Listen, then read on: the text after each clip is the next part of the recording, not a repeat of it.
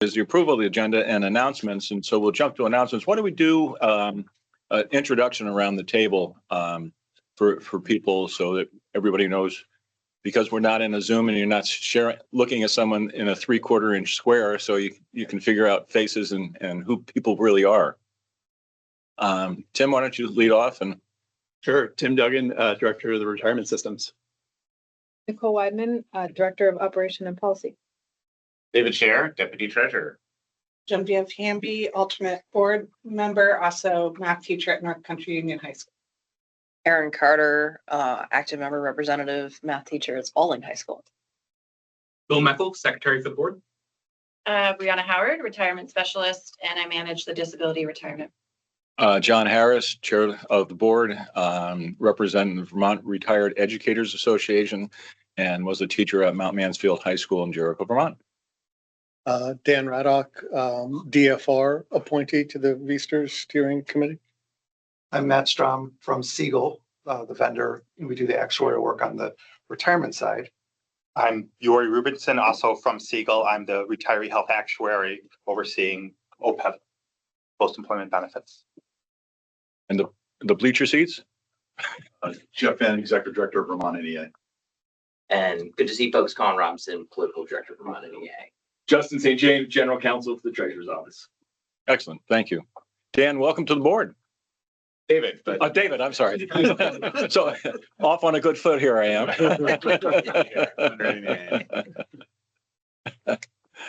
All righty. So any other announcements? Nothing from staff. Okay. So the first item is to approve the agenda. Any need to modify the agenda, excuse me, other than the way it's printed? Do we have a motion to approve the agenda? So moved. Second? Second. Motion and a second. All those in favor of approving the agenda for November 12th, 2025 is printed, please say aye. Aye. Opposed? Agenda is approved. Next item on the agenda is approval of the minutes for October 28th, 2025. Do we have a motion? So moved. Second? Second. Any discussion on the minutes? Hearing none. All those in favor of approving the minutes for October 28th, 2025, please say aye. Aye. Opposed? Minutes, excuse me, minutes are approved. Next item is opening the floor for public comment. And we will close the floor to public comment. And the next item on the agenda is Siegel Annual Other Post-Employment Benefits OPEB Evaluation. Gentlemen, welcome. It's really a great title. Other post-employment benefits valuation. Mr. Chair, we're really happy to have Yuri Rubinson and team here for the presentation of our OPEB valuation this year. If folks had a chance, excuse me, to look at it, it is a sobering valuation this year that I think as we walk through it, you'll see is really boils down to cost of healthcare being out of control right now. I kind of, as I was looking at it and I think about it, you have a tendency to think, oh, things aren't working. You know, the 8X going up substantially, the unfunded is going up substantially. But it actually is accurate. I in some ways take heart in the mechanics of the tool because it's working exactly as you would anticipate in a time when healthcare costs are spiraling like this. So it was a lot of work for Yuri and team, and really happy to hear his presentation and grateful for you coming out here, Yuri. It's my pleasure. Thank you. It's a pleasure to present this material to you guys in person. I'm Yuri Rubinson. I'm the lead actuary, and I'm joined remotely by Brian Madigan, a fellow signing actuary, to assist us. Please feel free to interrupt us with questions at any point. I mean, we're here to present this material to you so that you guys understand it. And, you know, don't wait until the end. If something doesn't make sense or you sort of have some sort of question as far as why we're doing something a certain way, just please feel free to stop us and we'll do our best to address it. Moving on. First, we'll walk through the valuation highlights and move into greater detail as far as the assumptions and methods, especially those that change, the per capita claim costs, trend rates, delving into the market value of assets, and spending more time going through the reconciliation, exactly what changed component by component for both the total OPEB liability and the actuarially determined contribution. And lastly, just discuss member demographics. The actuarially determined contribution increased from 80 million to 100 million as far as for fiscal year ending 27. And the ADC would have been in excess of 120 million without going out to bid, just to sort of put that off to the side. We expected a 3.3 million increase. That's due to the annual payroll growth of 3%. Essentially, the ADC would increase by 3% every single year as a result of keeping it as a level percent of pay. And the additional 16 million is primarily due to healthcare costs, trend rates increasing, our expectations about future costs, as well as the consequence of retiree premiums increasing as much as they did between this year and last year. And with similar increases for the total OPEB liability due to the same reasons. Moving on. Yori, when you say expected 5.5% increase in the total liability, why is that payroll primarily growth, or is that what is that coming from? That is due to active teachers. For when they work, they accrue a year of benefits. They become 1 year closer to retirement. More of them will hit whatever the certain thresholds are in order to receive benefits and the passage of time. So the benefits that the actives accrued, the passage of time or the interest on the liability, and that's reduced by benefits that are paid to retired teachers and their spouses and beneficiaries. So that is what increases it 5.5%. Thanks. And I'm sorry, the acronym, remind me, you just said it, but the acronym TOL stands for? Total OPEB liability. In essence, that is like the liability without reflecting assets at all. Okay.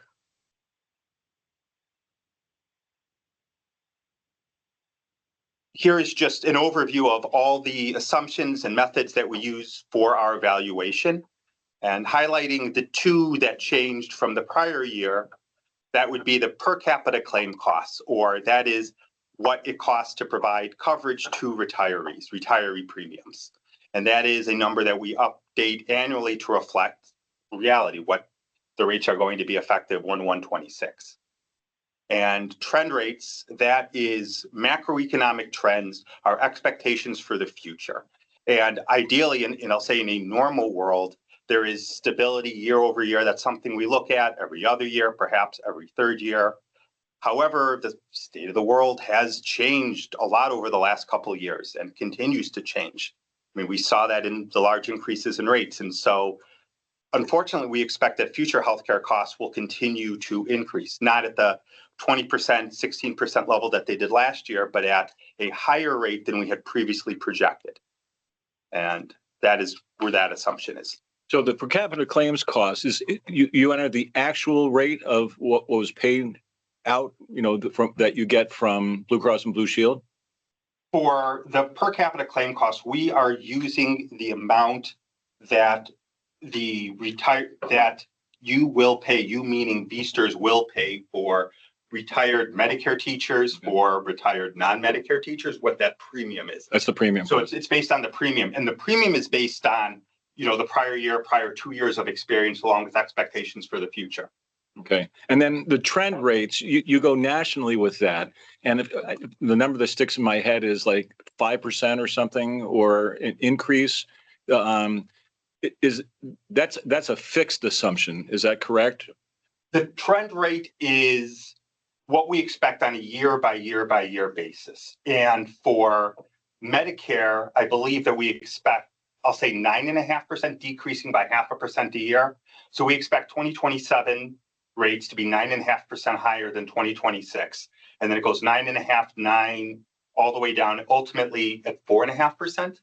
So we believe, we basically being, I'll say the Society of Actuaries, that the long-term healthcare costs will increase slightly more than inflation. It can't increase too much more because then it would take over the whole economy. but slightly more than inflation because there's always going to be advances in medicine, utilization is going to increase.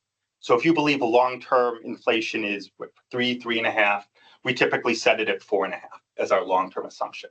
So we have it high for what it's going to be, and then eventually it scales down.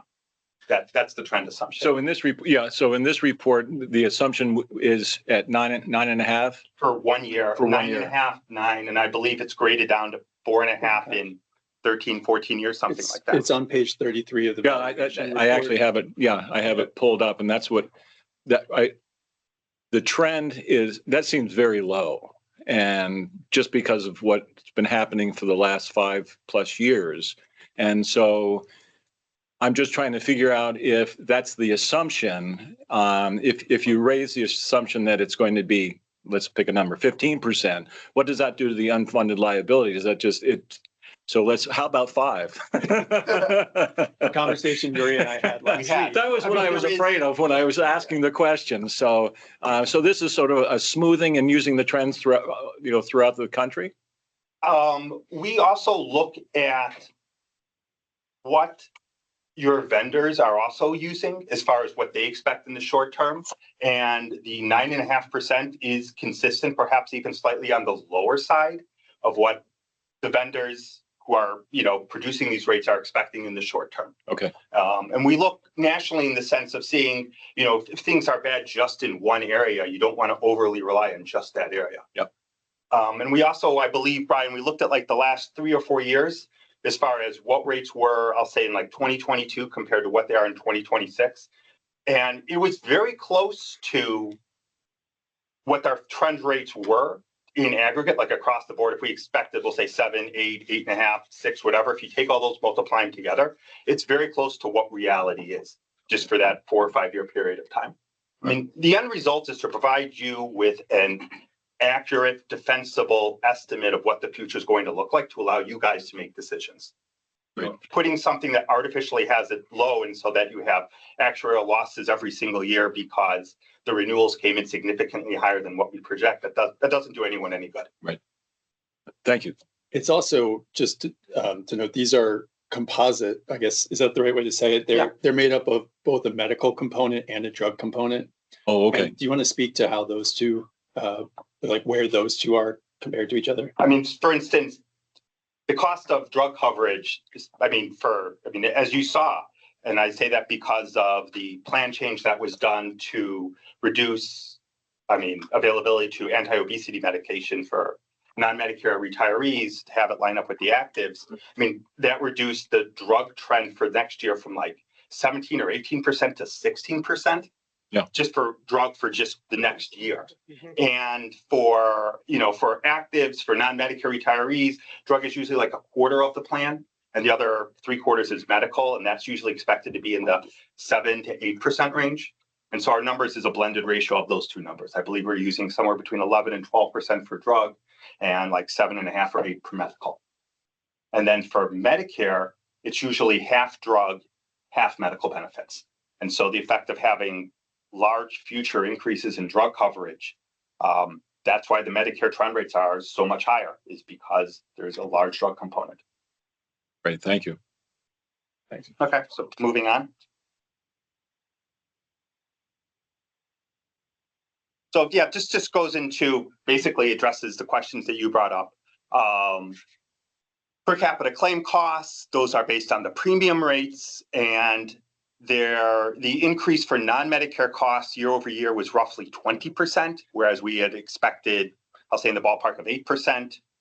And for the Medicare retirees, as a result of going out to bid, instead of a 50% increase, it was about a 16% across the board increase, compared to what we had expected before, which was like in the 8.5 range.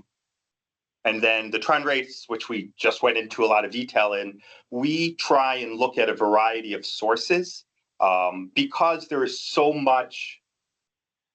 lot more judgment that goes into this, actuarial judgment, as opposed to other assumptions. We try and get a comprehensive view on what's going across, we'll say nationally as well. I know a couple years ago, we did a study to look at just the trend rates for Vermont, and this was a couple years ago, were slightly higher than what we're seeing nationally. Perhaps in the future, things might be different, but that's that's how we sort of look at things comprehensively. And as I said before, it's like, the new reality is that medical costs are expected to increase at a higher rate than they were expected to increase a year ago. You also you told me about how you, just how you would revisit trend rates, on a couple year cadence? in the Yeah, past? like, I mean, every other year, Right. occasionally every third year, just depending on the state of the world. And just in the last 2 years, I believe we've had 3 internal revisions as far as how we want to look at things, especially with regard to GLP-1s and things like that. And it's just that there's a lot going on. So I think it's really safe to say that it's the unique times are reflected in this. Yes. In this valuation in large ways in our in these 2 categories, in the per capita costs and in the trend rates that we're kind of having to use to reflect it. Hopefully, as you and I were discussing last week, this moves the regulatory apparatus into motion to try and react and get control of it. But for now, we have what we have. Yeah, and it's like a year from now, if renewals come in less than expected, if experience is good and that 5% cap is reached, there'll be a significant actuarial gain. And depending on what the state of the world looks like, it might be future adjustments to trend or other things. So it is a fluid, ongoing process. Yeah. And just the change that we made this year from with the medication and then also moving the health spring was huge in terms of keeping this down. It basically knocked 20% off the liability, 20% off the ADC. Yeah. It was huge. John, it does, I think I may have been 5 or 10 years ago. I sort of remember the underlying dialogue that healthcare costs simply can't keep increasing because it will crowd out everything else. Right. So that, and How we doing? Still believe that. How we doing? I mean, here we are. We really would still believe that. But that may have been I think that was 5 or 10 years Oh, ago. easily. This Anyway, I don't know what you do with that, but we were right. Yeah, I know. That should be the treasurer's letter to the general. Right. You were right. We saw the trend. Moving on. The market value of assets, as we could see, the employer contributions, that's the ADC, actuarially determined contribution. That explains the increase in assets. And for the last 2 years, I believe for each of the last 3 years, the rate of return has exceeded the 7% assumption. And that additional rate of return slightly reduces what the actuarially determined contribution would otherwise be. So moving on. Looking at the liability, we could see the increase, and that the inactive members, that reflects retired teachers who have not yet elected coverage but are eligible to do so in the future. And it also includes those teachers who terminated employment and can elect coverage in the future who are eligible for benefits. And as I said before, as a consequence of going out to bid, the total liability is about 20% lower than it otherwise would be. And lastly, planned fiduciary net position, that's assets. And one thing to note that's different here, but to put a pin on for the future is presently we don't have an asset smoothing method for the OPEB system like we do for the pension system. So we don't reflect all of this year's gains in the pension system. And so this year, that's good news. We have deferred gains going into next year. Since we've been at the start of our pre-funding journey, we have not put that in place for the OPEB system. Assets are getting to a place where I think that's an item I just want to note for future consideration. And as we're considering moving the investment responsibility of OPEB over to VPIC, I think that's probably a logical discussion that'll come up over the course of the next year. I think it's fair to say it's not really needed right now, but because the assets aren't such that they're going to whip around the ADC as much as they would in the pension if we were just reflecting the market value. But it's work that I think we should be doing or thinking about at least in the next year or two. Absolutely. Going into greater detail as far as the changes, as we discussed before, the expected liability that reflects the benefits earned by active teachers, Also, the interest on the liability reduced by the benefits that are paid to retired teachers. That's what the expected liability is. And as a consequence of premiums being higher than expected, that was a 7.5%. That's the change in per capita claims less the corresponding increase in contribution rates, what the retired teachers need to contribute extra because of the increase in premiums. The trend rates, essentially reflecting the state of the world, increased the liability by roughly 10%. And as a result of GLP-1s for non-Medicare retirees, that reduced the liability by $4 million. So how's both the demographic experience and the contribution rates are going down? Could you explain why? The demographic experience reflects that there are slightly fewer teachers retired and took coverage than we would have expected. Okay. Yep. Okay, and perhaps slightly more may have terminated, may have quit coverage than we expected, things like that. Like that, Okay. That's where that assumption comes in. And contribution rates really is a part of per capita claims, because there is, if claims increase 20% or if the premium increases 20%, the retired teachers are also going to pay 20% more. And so we just sort of break it down into two separate components. Oh, okay, thank you. So moving on. So the components of the actuarially determined contribution, as we could see, total ADC has increased from 70 million to 80 million, and now it's currently at 100 million. And without going out to bid, it would have been over 121 million. And the way the amortization period works is such that the unfunded liability will be completely paid off in 2048. So last year, there were 23 years remaining. For fiscal year ending 27, there's 22 years, and it will continue to go down. And the level percent of projected payroll means that the amortization would increase, if everything was met perfectly, by 3%, just because it's kept at a level percent of what pay is.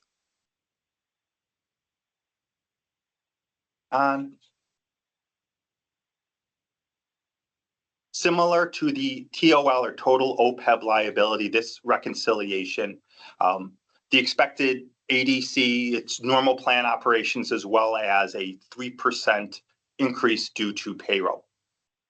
The demographic experience is slightly larger as a percent, reflecting the return on assets, the gains from investments. And then similarly to the increase in per capita claims, less the amount of that is passed along to retired teachers. That's per capita claims less contribution rates. We see the increase from updating our future trend rate assumptions, as well as the reduction from the GLP-1 plan change for non-Medicare retirees. So in total, the ADC increased by, 20 million or roughly 25%. And then moving on, lastly, we have member demographics, which is just an overview of all the people covered by the plan. It's similar to last year. It's also similar to the expectations. I mean, a 1% demographic gain or loss is, in the scheme of things, is small, shows that our assumptions are a good reflection of reality. And as we can see, there are slightly more teachers who are retired and receiving benefits, went from like 8,800 to 8,900. And there are slightly fewer teachers who are active, or members who are active, went from 10,618 to 10,567. And you'll also note that the data that we use is a year behind, which we are allowed to do according to actuarial standards, and assures and allows us to produce these results in a timely manner. Basically, our presentation. I don't know if there are other additional questions that people have. Yuri, could you walk through the additional documents that you prepare? There's the schedule of payments and the recons, just so folks understand. We put them in the folder so folks can see, and I think they're useful, and I just want to make sure board members know what they are.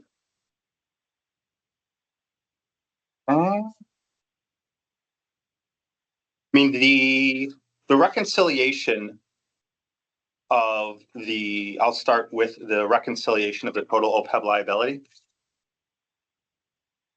I mean, the reconciliation of total OPEB liability, that is, I guess, Brian, if you just want to go back to whatever page it is, page 8. I mean, it's essentially, it is exactly the same information as we see here on page 8. It just provides like slightly more words. Otherwise, it kind of walks through the exact same thing, that the differences between the demographic experience that reflects the difference between the data that we use from 2023 and to 2024. As well as, like, as we said before, the updates in per capita claims, the updates in contribution rates and trend rates. So that's a change in total OPEB liability. I mean, similar, the reconciliation of the ADC, the actuarial determined contribution, that's going to match what we have on page 10. So I think when you're looking at these, I think these I just think of as like the quick guide to to why the ADC and the liability are doing what they're doing this year.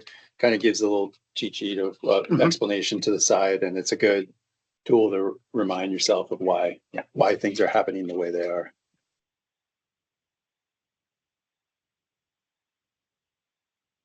And then the schedule of I don't have that.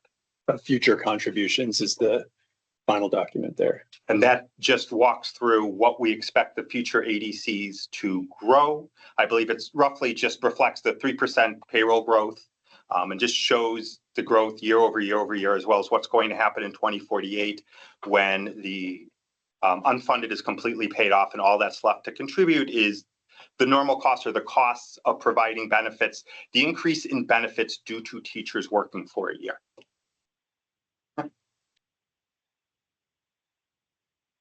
Thank you.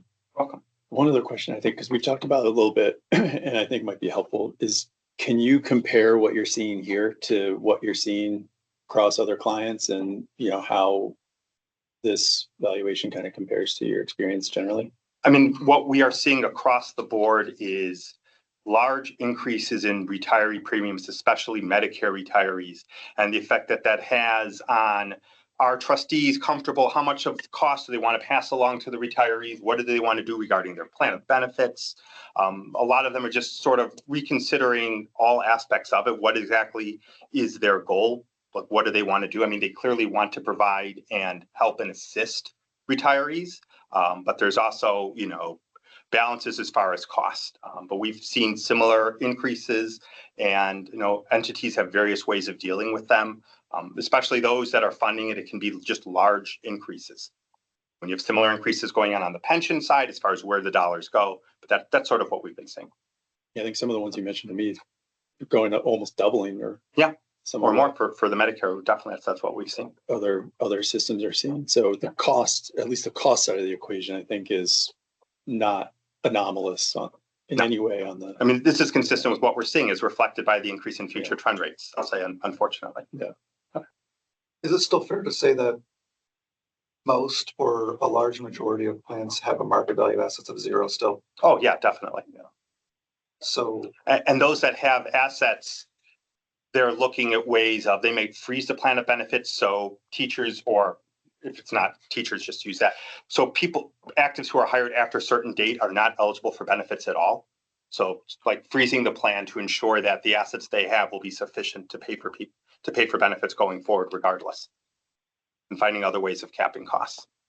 One of the things that's remarkable about this plan, we're working on a presentation for the legislature to kind of update on all this, and was working on a graph on the assets of the OPEB systems. And, if you look back to 2017, we were in a deficit.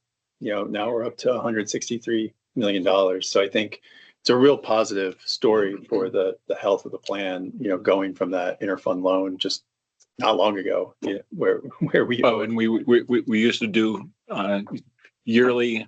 We didn't have any funds. It was just an expense. I mean, this is a huge change. Yeah. Huge change. yeah, if you remember back to that on the pension one we did a couple weeks ago, really up front, we have that sphere that has on one side benefits plus expenses, and then equals contributions plus investment return. Right. And then the pay-as-you-go way, you don't get any of the value of the investment return to offset the costs. Right. So what you're doing here is obviously building that up. And it's, I think, what was the PAYGO number was like 35 or something.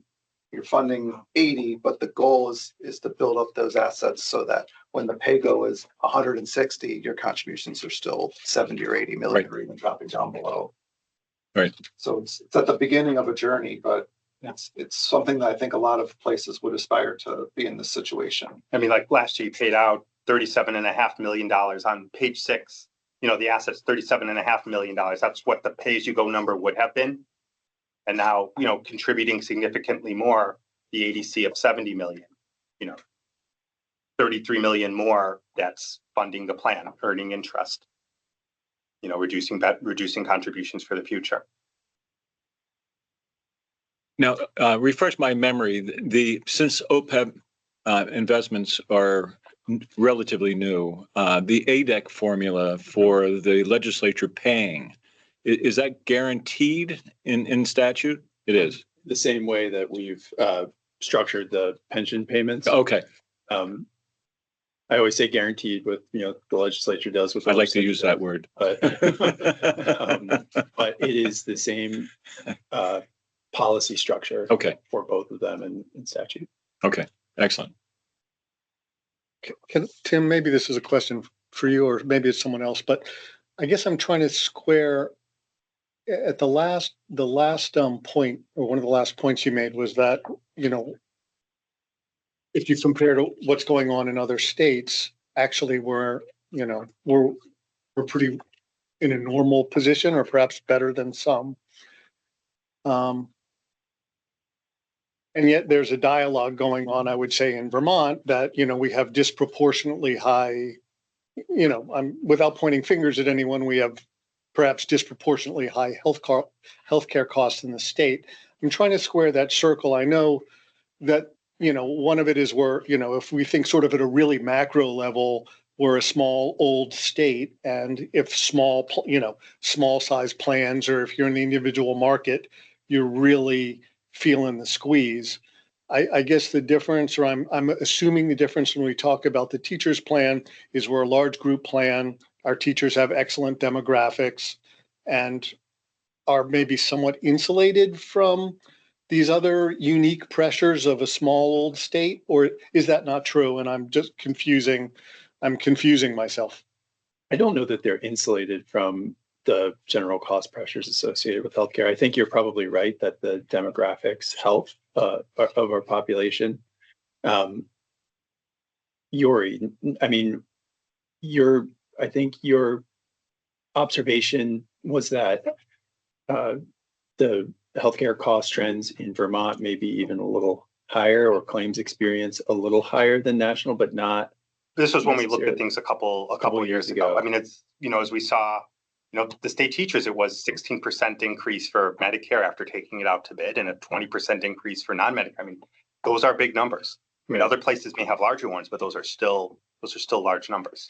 The one thing that I can't help notice, though, is that, you know, for a non-Medicare, we were around 2 or 3% last year. So sometimes I think the timing of experience can really drive what, if you just straight line the last 2 years, you know, we probably would have been sitting at around 8 or 9 both years.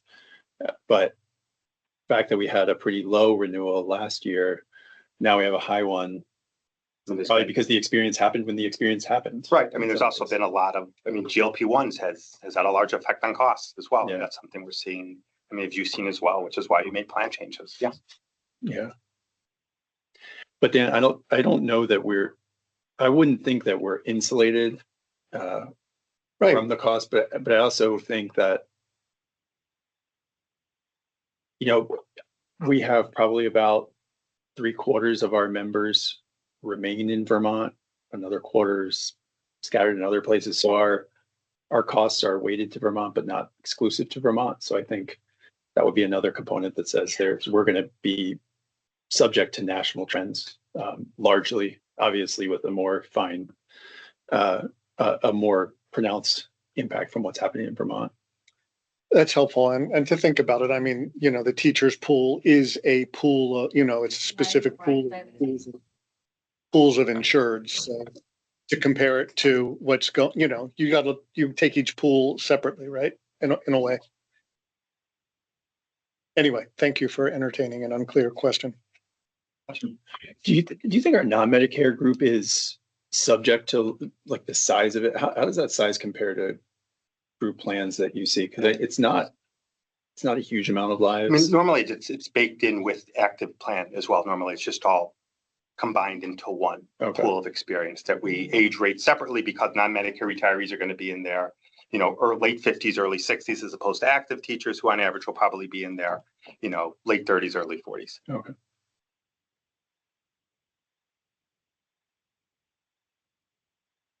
All we got. All right. So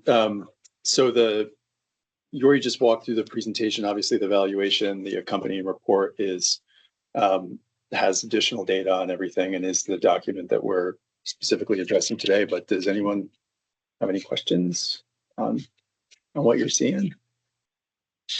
Tim, not so much on the actual report itself, but that it's a big increase. What do you, when that goes to I don't know if this is the right place to talk about political consequences of that, but how are we thinking about this? I mean, I have no reason to think that the legislature has set up a system for funding this. It's helping us across the board with our, as a state, getting control of our long-term liabilities. So I have no reason to think that there would be, certainly a much smaller, compared to the total pension liability, the numbers are right. Yeah. Right. And so if you look at, if they're looking at everything in the aggregate, when we had, this is a 25% in a smaller number, 25 versus a 3.5% increase in a much larger number. Right. So in aggregate, I haven't done the math, but it's, that may be a perspective that the legislature is bringing to it. But I think, we would certainly consistently recommend that the legislature follow the path that they set forth in Act 114. The treasurer did a report last year that showed really substantial savings from this path, right? To the Matt's point about the investment income that we're earning. That's money that Vermonters won't have to come up with in the future. So, okay, thank you. And the fact that we were proactive both with the GLP-1s and then also the shift to health springs. I mean, right. That right there sells this report. I mean, it could have been a lot gloomier. Yeah. So it's showing that the staff, the treasurer's office, and the board are aware of what's going on, and we're trying to be as proactive as possible. Doing everything. Yeah. Doing everything. yeah, that's a great point. Yes, thank you. We don't have a lot of levers here to pull, but the ones we do have, I think. You're focusing. Yeah. And we're we fortunate to throw that one lever in July 1. Any other questions? Thank you. This is a great report. Thank you for answering all. You have a question? Just one quick Sure. Yes. So what liability, because like 23 and 24%, like what would you have, is that like on target of what you'd want to have, or is that high, or is that? Okay, when you say liability, are you Like referring? the total OPEC liability is 23.2%, the percent change I meant. I mean, Percent we change. ideally You it would should, want it to be zero. we would want it to be, so for instance, if you go to page 8, Yeah. which is, I believe, where you're referring to, we would want the total liability to be the 1.03 billion. The number of expected liability, ideally, if Instead of all the 42. assumptions were correct, if Oh. everything Okay. did exactly what we had expected it to do, that's where we would like it to be. Oh, okay. I mean, if you let us, we would like to be right. Oh. We'll keep working on it. That's the goal, is to be correct, maybe one day. I was going to say, ideally, health trend would be even lower and your claims cost would come in even lower and you'd have a lower than expected liability. Yeah. That would be ideal. Yeah. Okay. Agreed. Thanks, Brian. Yeah, I was looking at those trends from 5 years ago. Gosh, it would be a great environment to be in. Yeah. Well, that's where we had our conversation earlier this fall, when we were saying, oh, gee, 50%. Oh, down to 16. Wow, this is great. Matter of perspective. Indeed. Indeed. Thanks Thank again. you. Thank you. So, Mr. Chair, Yes. the board typically takes action on these reports, and we have a couple of motions for the board's consideration. Very good. So the first one would be a motion to accept the 2025 VSTRS GASB 74 OPEB actuarial report as presented by Siegel Consulting. Someone come from making that motion? So moved. Do you have a second? Continue my second. Very good. We have a motion and a second. Further discussion? All those in favor of the motion, please say aye. Aye. Opposed? Motion carries. And a second motion to recommend to the governor and the General Assembly that the fiscal year 2027 actuarially determined employer contribution to the benefits fund of $99,834,595 be fully funded and appropriated in the next fiscal year in order to achieve and preserve the financial integrity of the fund. Someone make that motion? We should do that. Okay. All right, we have a motion and a second. All those in favor, please say aye. Aye. Opposed? Motion carries. All right, so the next step for this is, as with the pensions, for the treasurer to draft a letter informing as much to the legislature and the government. Excellent. Well, once again, thank you very much for your work on this valuation and explaining all of our questions. Pleasure. I'm glad that answering. we can. And like any other questions that you guys have, you know, you could reach directly, go through Tim, whatever it is. That's why we're here, is so that you guys have information you need to make decisions and that you understand the information that we give you and everything that goes into it. It's not fun to walk away and have no one understand what you just said. Right.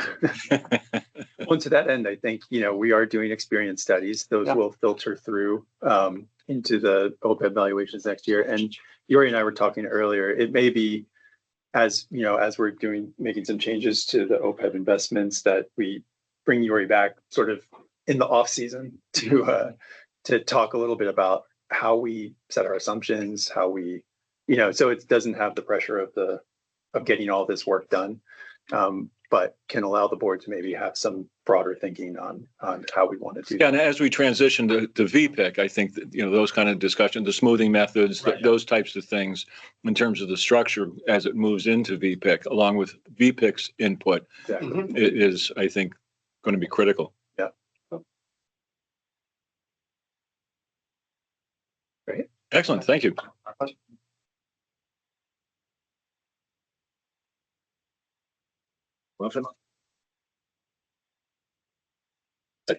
Bill, can you load me up? Yeah. Thanks, sir. You've been invited to the adult table? I know, this feels like a real promotion right here. It's like exciting. Thanksgiving, Yeah, this is great. No looking back now.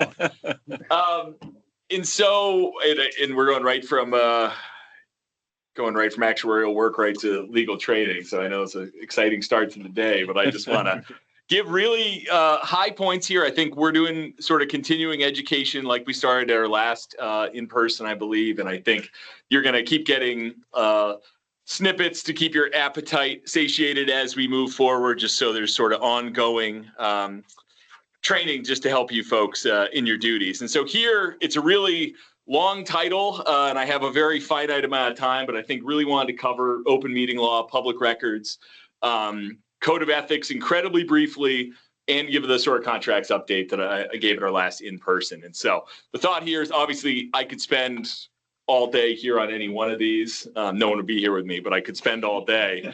But I really want to just get spider sense in terms of start getting folks. I know a lot of you folks already have these understandings, but just get people's awareness up and sort of, it's helpful to have these refreshers. I know you're required to take the code of ethics every 3 years now under the new law. So you get that piece, but the open meeting law in the public records, there is no ongoing, at least for, well, as we'll learn, not for you folks, it's not necessarily an ongoing requirement in terms of recertification or training, but there is training available. And I just really want to, and I encourage folks to do it. I really just want to give a little bit of a highlight. So the first slide. I also think for open meetings, I feel like every year in the legislature, there's changes. It is. So it's we are having almost every year, especially post-COVID, because we had the COVID rules went in for moving to remote. And then as we've come out, both of the last 2 years, we've had open meeting law changes. And I will say it's definitely continuing to evolve. And that's where I would say at a first point, the Secretary of State's office put out very nice video that they recorded that is actually for folks who are required to take the training. That's the training, is the video available. If you Google Secretary of State open meeting law, it's the first, I think it's 40 minutes, actually very lovely. It walks you through in a very approachable way. It's always great seeing staff have to read off cue cards. I fear someday having to do it myself. So at 30,000 foot perspective, I think we're going to start with just the open meeting law. But at a high level, I just want folks to think of themselves. Every board member for all 3 of our retirement boards are public officials. So I know folks have day jobs and things like that, but when you sit here, you are on what we call a non-advisory board is what the law uses, which means you make decisions, you're public officials. So you're no different than public employees or elected officials in that way. So I just really want people to think that way. All records created and related to board work are public records. So whether you create it in, Snapchat as the kids are using, or your Gmail, it's all a public record. So whether, and I just want people to think about that. If you're discussing board work or writing about board work, it's most likely a public record. It could be exempt or in some way redactable, but just the thought at a baseline. I'm a public official. I'm creating public records, which means that, and we'll get there when we get to the public records part, but the thought is those are open for inspection is really what that comes down to. So I just want to highlight that for folks. And the other big piece here is quorums and meetings is that, the public has a right, just like it's why our doors open right now. It's why we're here physically. One, it's wonderful to see everyone, but even if you folks were electronic, Bill is now here, as you see in that, it's not just because, it's because the law requires it. We want people to have, and we have to have a place for people to physically attend. That's a recent change, getting back to this hybrid world, but making clear we have a place for the public to attend. But what we do is we warn these meetings, we put out agendas, and the thought is we don't want quorums of board members to meet outside of public. So that's why we'll talk about email a little bit. That's why decisions aren't made via email, because the public's not invited. So, I certainly at places I've worked, there's been questions about, can we just sort of discuss these issues we're going to take up tonight? It's a lot easier to do it in email. And it's like, no, in fact, we can't do that because that's a problem. And so we want to, these boards are amazing about that, but just sort of refreshing why we do this. If all of a sudden 4 members of VSTRS found themselves somewhere and started discussing board business, right? That would be a bit of a problem, and that would be a meeting we haven't warned. And so I think just keeping that in mind doesn't mean you can't, let's say 4 of you end up at a Christmas party and you're talking about the Red Sox or the Patriots, thank 8-2. You could talk about that and that's fine. It's not like you have to steer clear of each other. You just can't discuss board business. And the other thing is just ask. I'm probably too enmeshed in these things, but this is great fun to me. We have wonderful people at Secretary of State's office, at the Ethics Commission. If there are questions, it's much easier to proactively, if you think something might be an issue, it's much easier to contact me. I put, you know how to get in touch with me. I did put my cell on the back page, but it's much easier to reach out prospectively than maybe trying to figure out how to remedy. The law does allow remedies for like open meeting law, but it's never something you want to aspire to do. A very basic question. There's one open meeting law in Vermont, right? So the same, is that correct? So the same one that applies to The me open meeting law. as a planning commissioner Exactly. will apply to. Yeah, one VSA 310 to 314, I believe. It's like 313, I think. Yes, so it's it's the same concept of transparency, regardless of where. That's why it's just helping folks think about themselves. When you're in the retirement board capacity, you're a public official for a non-advisory board. Same as if you're on the planning commission, in the sense of for those records. There are some nuances. Different. I sat through the Secretary of State's training, so there are some nuances for municipal boards versus state boards.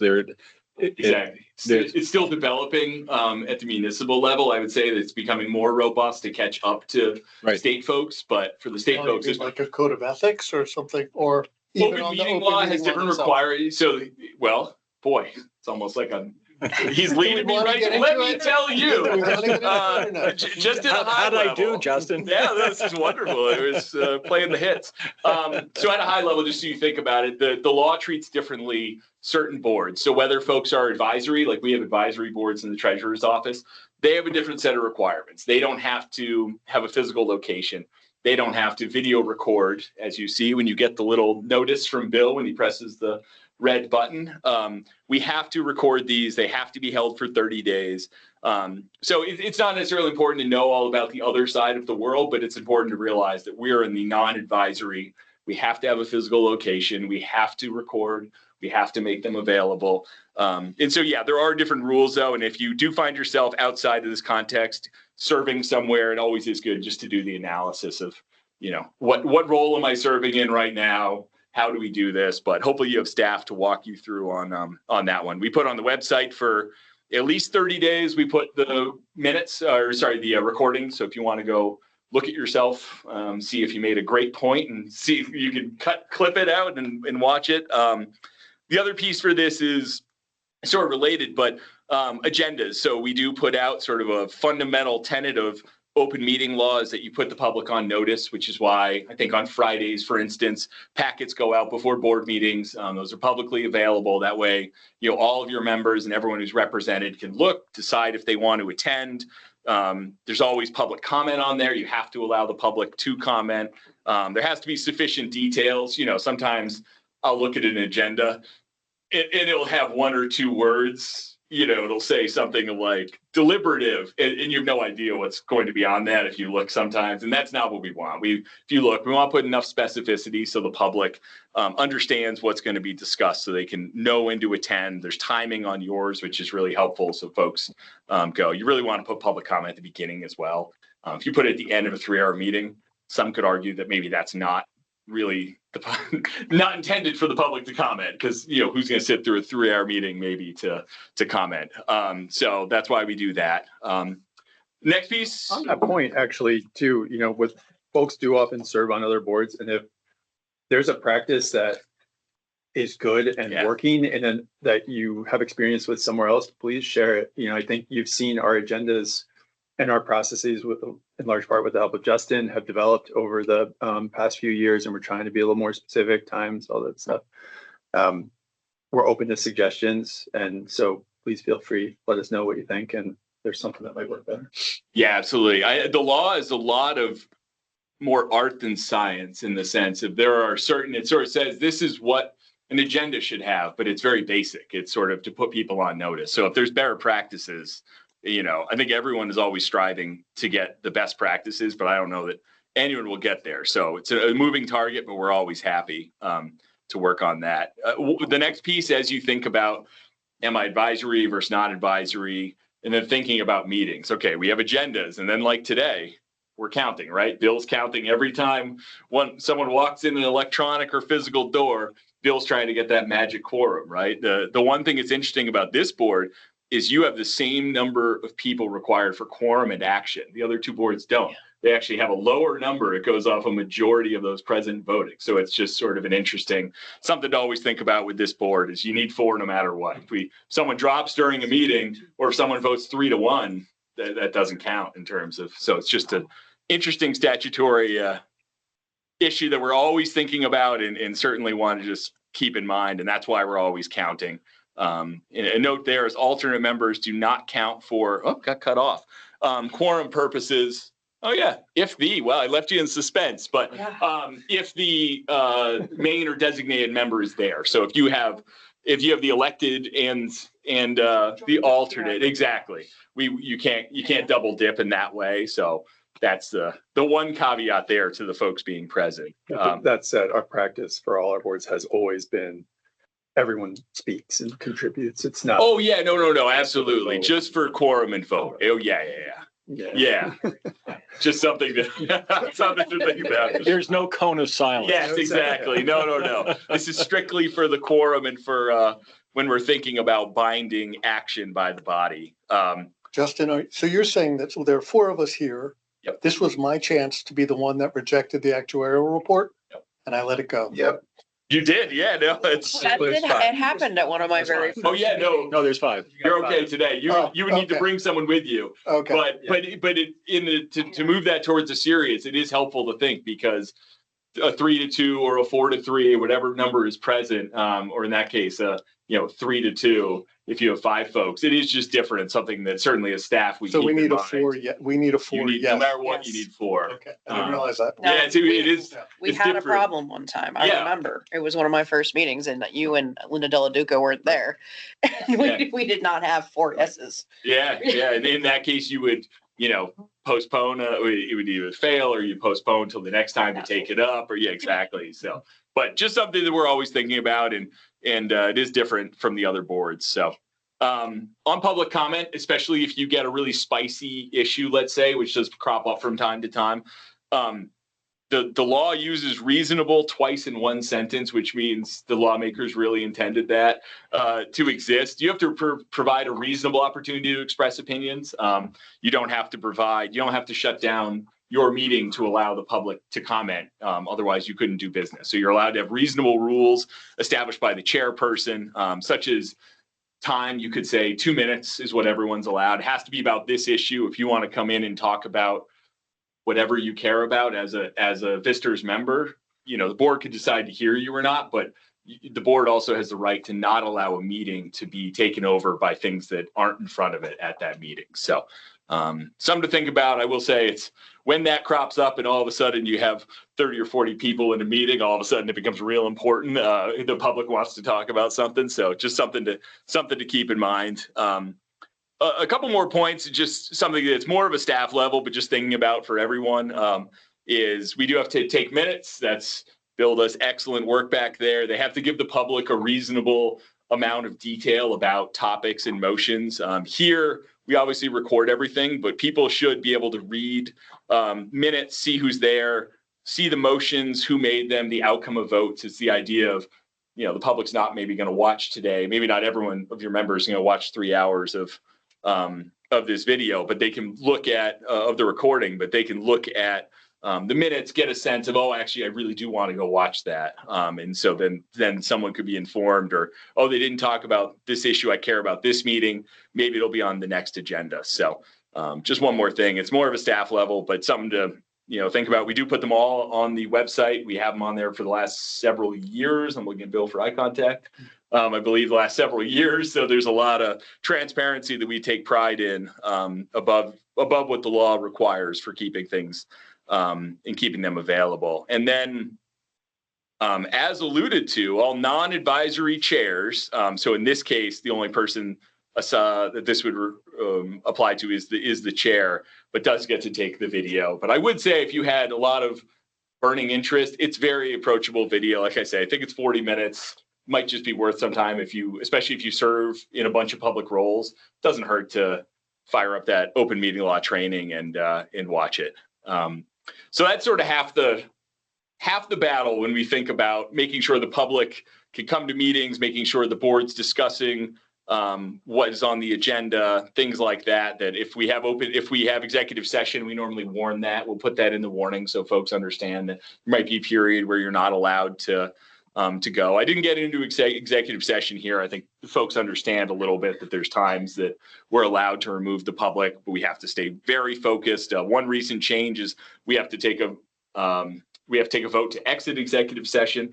I did ask a member of Legislative Council what happens if you don't have the votes to exit executive session. Didn't get an answer. I don't know the law. It's a real question that at some point the law they're going to have to address, because you could get, as someone who represented the city of Burlington for 6.5 years, and some of those meetings were gladiator fests that you could sometimes, I could see them, maybe it will be them, you could see in a really, or if there's a spicy issue, maybe you can't exit executive session and what happens. So, sir, could you close a meeting? You couldn't close that meeting. It becomes a very interesting question of what you would do, because you can't take any action in it. And so I don't know. You bring a sleeping bag. I guess no one leaves. I do think that it's an open question. Of course, no one's raising except for me at this point, I think, but I did get a lot. But again, if it's legislative, curious, I got. I mean, if it's statute, then. But now that we're only a few months into this, having to take a vote as folks notice to leave, but it does, let's say you have like today, if you have 3 people, we're like, no, we're not leaving. Like, we're going to discuss this issue. It becomes an interesting question of what happens. So let's not try and do that today. I was gonna say, let's we don't have it. Sorry, Bill. Oh, sorry. The other part here is the Public Records Act, and I want to just get at a high level. Am I okay for time? Am I talking too much? Okay. The open meeting law, I really took, and I cribbed it a little bit, but on page 6, because I want folks to think about this, is that in the sort of operating discussion portion of the act, they talk about provisions should be liberally construed, and the burden of proof shall be on the public agency to sustain its action. When it comes to public records, the law anticipates that the records created by public officials are open and available for inspection. And if you're going to redact or say something's exempt, it's on us as a public agency or a public body. So I just want folks to think about, and as someone who's litigated some of these cases, certainly lost a case on this issue, that I think the law takes it very seriously that these are public records that public officials create, and you have to have a really good reason if they're not going to be available for inspection. And we get public records requests every week in this office.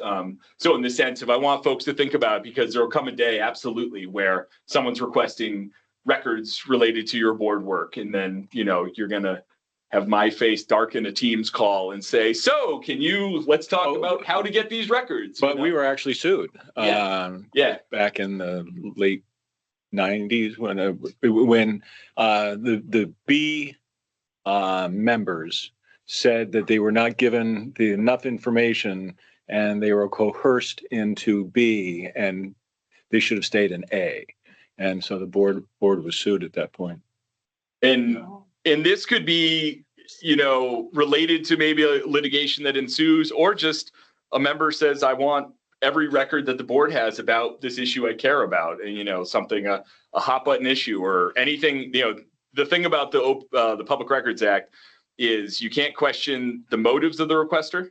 You can't put limits for one requester of, I know this person is I know why they want it. And it's like that your Vermont law doesn't allow you to investigate at all. I think sometimes folks want to go Google and say, maybe this person wants this record. And it's like, well, it doesn't matter why they want a record. That is totally irrelevant. And so therefore, it's more of the law just puts the onus on, these are public records. And so, Justin, what if they don't identify it as a public records request? Ooh, boy, gosh, look at this today. Everyone's doing a good job. Right. A public records request does not have to say this is an official. Sometimes you'll see there are websites that help people put in records requests and say this is a records request pursuant to 1 VSA 317, but you don't need that. It could come in on a napkin. It could come in as someone saying, are there emails that from board members for this issue? So I think we're supposed to liberally construe. So I think if it comes to me, I'm almost always like, that's a records request. If someone is asking, you're allowed to, under what's called 318D of the law, you're allowed to say, is this actually what you mean? Or, you're allowed to have that sort of dialogue. But I think the important part is, if it comes in, we're going to assume it's a records request. We may, talk to the requester, make sure what they're looking for. But all of this is just to make sure that when you're thinking about, like today, sending an email about something that happened here, always thinking, what I always tell people is like, imagine that you read it in a newspaper, like that is, because that's what it is. It's especially in this day and age where it's electronic searches. So if you send, or any of us send something and it's on the archives, that's a public record. It's going to be discovered in the sense of we're going to provide it. And so thinking about that. So at a high level, all records created by public officials are considered public records. The public can request to inspect those records. If there's a distinction between inspect versus copies, but for this purposes, we're just going to say that people can look at them whichever way the law gets into inspect versus deliver for copies. But the moral of the story is they're public records. People can figure out how to look at them, especially now where it's easier to share electronically and things like that. It's gone are the days necessarily of going in to request to inspect the ledgers held somewhere, Still have some of those. Yeah, no, we do. Yeah, I just think those requests are less than they used to be. But public records are public records. So I just can't, if you take one thing away from today, just thinking about no matter where you create it, it's a public record if it relates to your board work and something that the board's addressing or you as a board member want to address. So that includes personal devices. And why that becomes an issue is it just becomes, and that's why I think we have email addresses for board members now, I believe, right? Almost. But I think part of that is that way we have records, you know, in the state's possession, and that way it's easy because it can become a logistical nightmare when you're asking folks of, can you generate this? I need everything in your Gmail or your school or your school email that relates to board work. It can become difficult. There's one thing that when a records request comes in, you can't just say this is difficult, so I'm not going to do it. It turns out the courts don't love that. So you have to get everything. And it can't just say, I feel pretty good that I got records. It's like, no, that's not the standard. Like if you create a record, it's a public record. So that's why I think thinking about that, making, and this is something that we would work with staff when a request comes in, but just want folks to have that in their minds as they, and it's obviously easier for instance, state employees who are also serving on this board, potentially easier if records are all in those email addresses versus gets levels of complexity for a school official. Maybe they're in that one or a teacher or then, a retired member who But this is interesting. Now that we're shifting to state emails. So I've been on the board for over 25 years. Many of my earlier emails are in the ether somewhere. I mean, they've been deleted.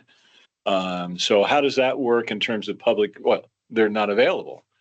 Yeah, I think, and what I would say is turning that a little bit to the prospective, which is why I think we want things on. Oh, I understand that. Yeah. I mean, I will say if a record is gone, it's gone. Okay. We do not want people to do that, which is why I think we're trying to coalesce people. So don't go home today and say, oh, well. Delete all. Yeah, please don't do that.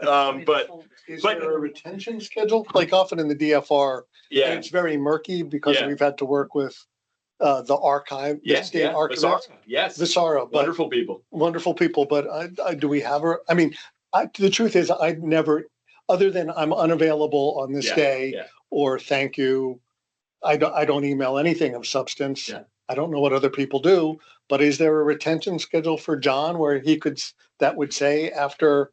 The board doesn't have one that applies to it. I do think that how the state does it, why I think we have it in there is that we sort of retain everything at this point unless it's flagged for deletion, which is, not the worst. I mean, at some point it'll become a space issue, but it's not the worst, but we don't have one right here. I mean, that, something that certainly the board could think about of how it wants to do that. The issue is you have to all make sure you're flagging things the same way at the outset, making sure that deletion occurs for things, it does. Yeah, I mean, as far as I know, there's not a bunch of emails going around about any substance. Yeah, that's what I love hearing. Yeah. And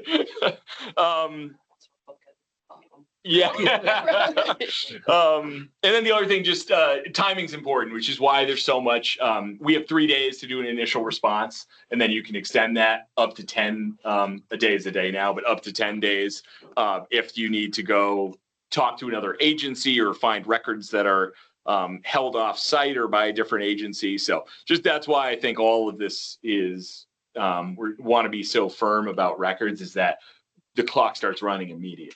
And so I think that is that's something, just want to get that. And then the last few pieces there, just assume everything is open to inspection unless you're sending me an email asking for legal advice or something like that. It'll still be a public record, but it's a question of whether we would redact or exempt it, things like that. There's, I think I lost track now, maybe 300, maybe 300 public records exemptions or redactions in state law now.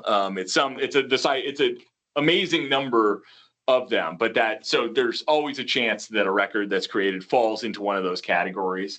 It's not like every record is always available. There's certain, litigation, or if you have PHI, all those kinds of things. But the idea is it's a public record first, then it's a question of, is there something in that record that would prevent it from being made public? So that's it at a high level. So I'm going to just quickly go, unless Tim hits me here.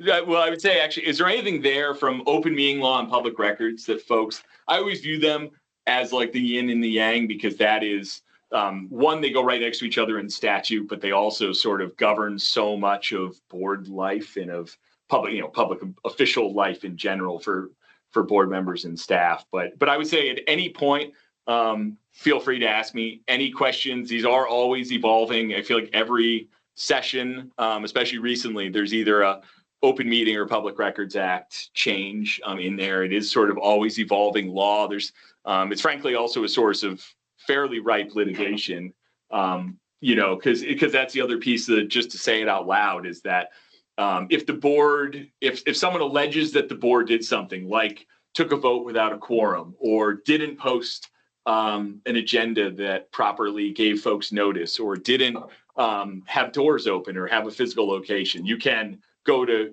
there's basically mechanisms in which you can say that there has been a violation of the law. The board, there's an opportunity to cure, but you could also get sued over that. And so that is something that does happen, certainly been party to those as well. And same with the Public Records Act. If someone requests documents, those are denied. A records request is, let's say, even if it's you give 99 documents, but one document withhold, that can be appealed to the agency head, but then it actually goes to court. And so that is why I think some of this is, the law is very serious about allowing people the opportunity to view records, attend meetings. And if it is withheld, it becomes a, why was that withheld? And, would have to withstand, judicial scrutiny. So I think that's why these are, so serious and something we'll always want to keep coming back to.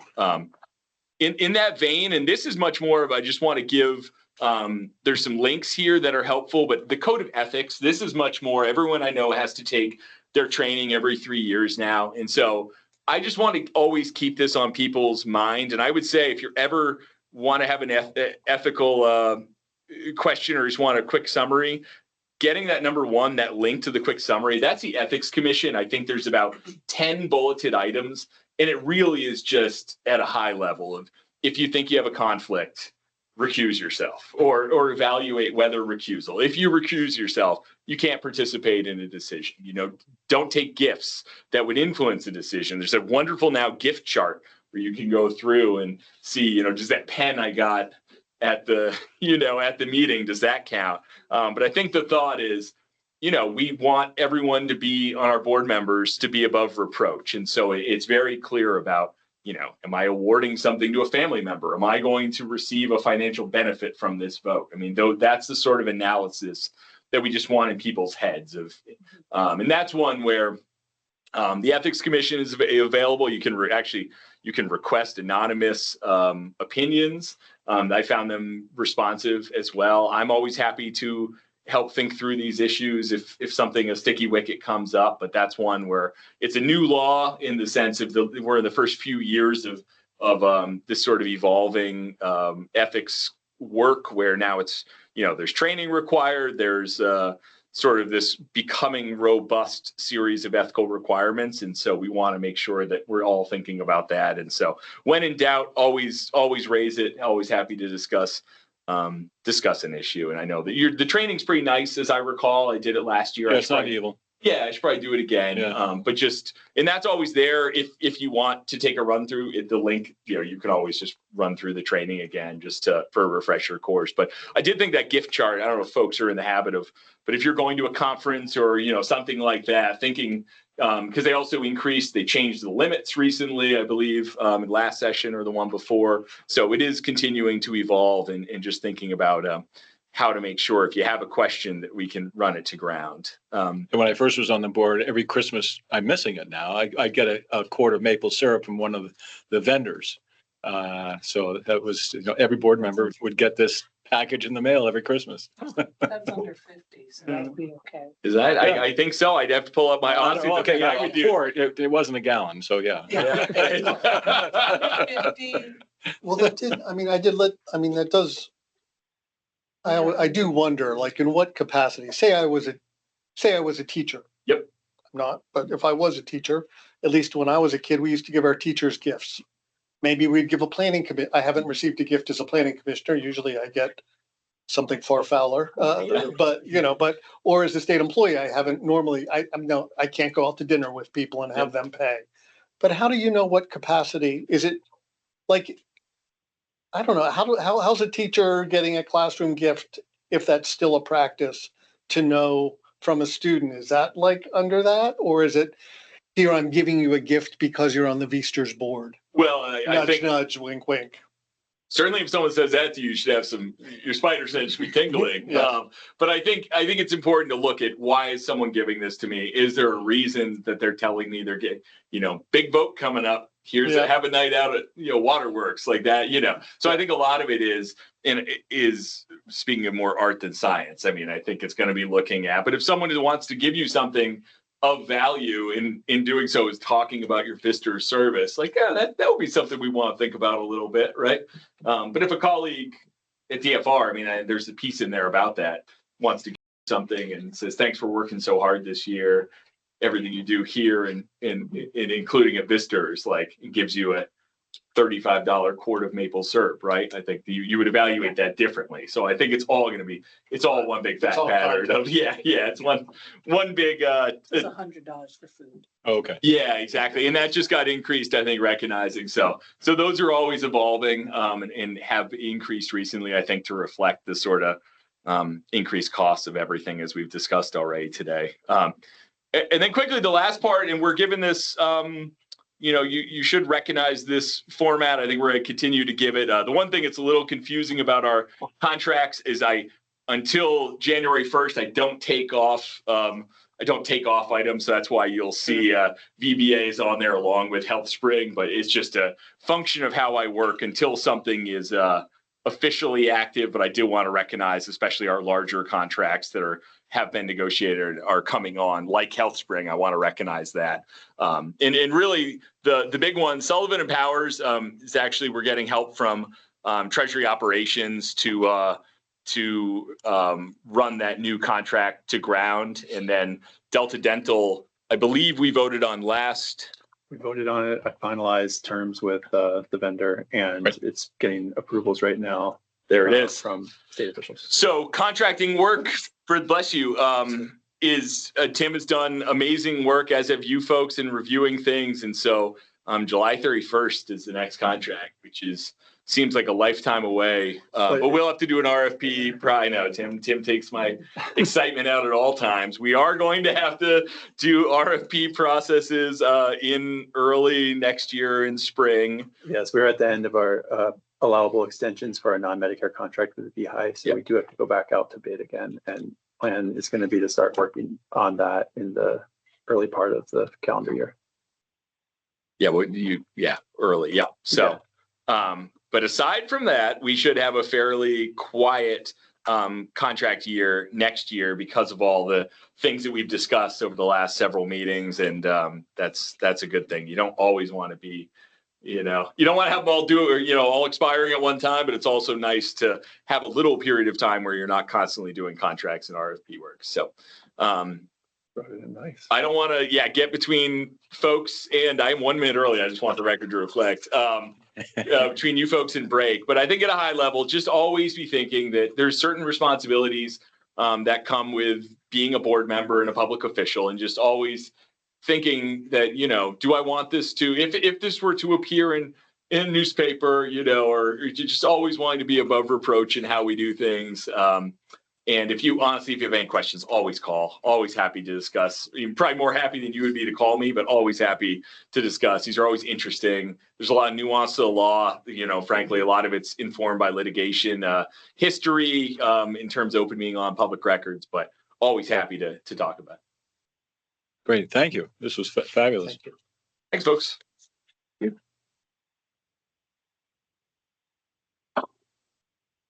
Next item on the agenda, it's break time.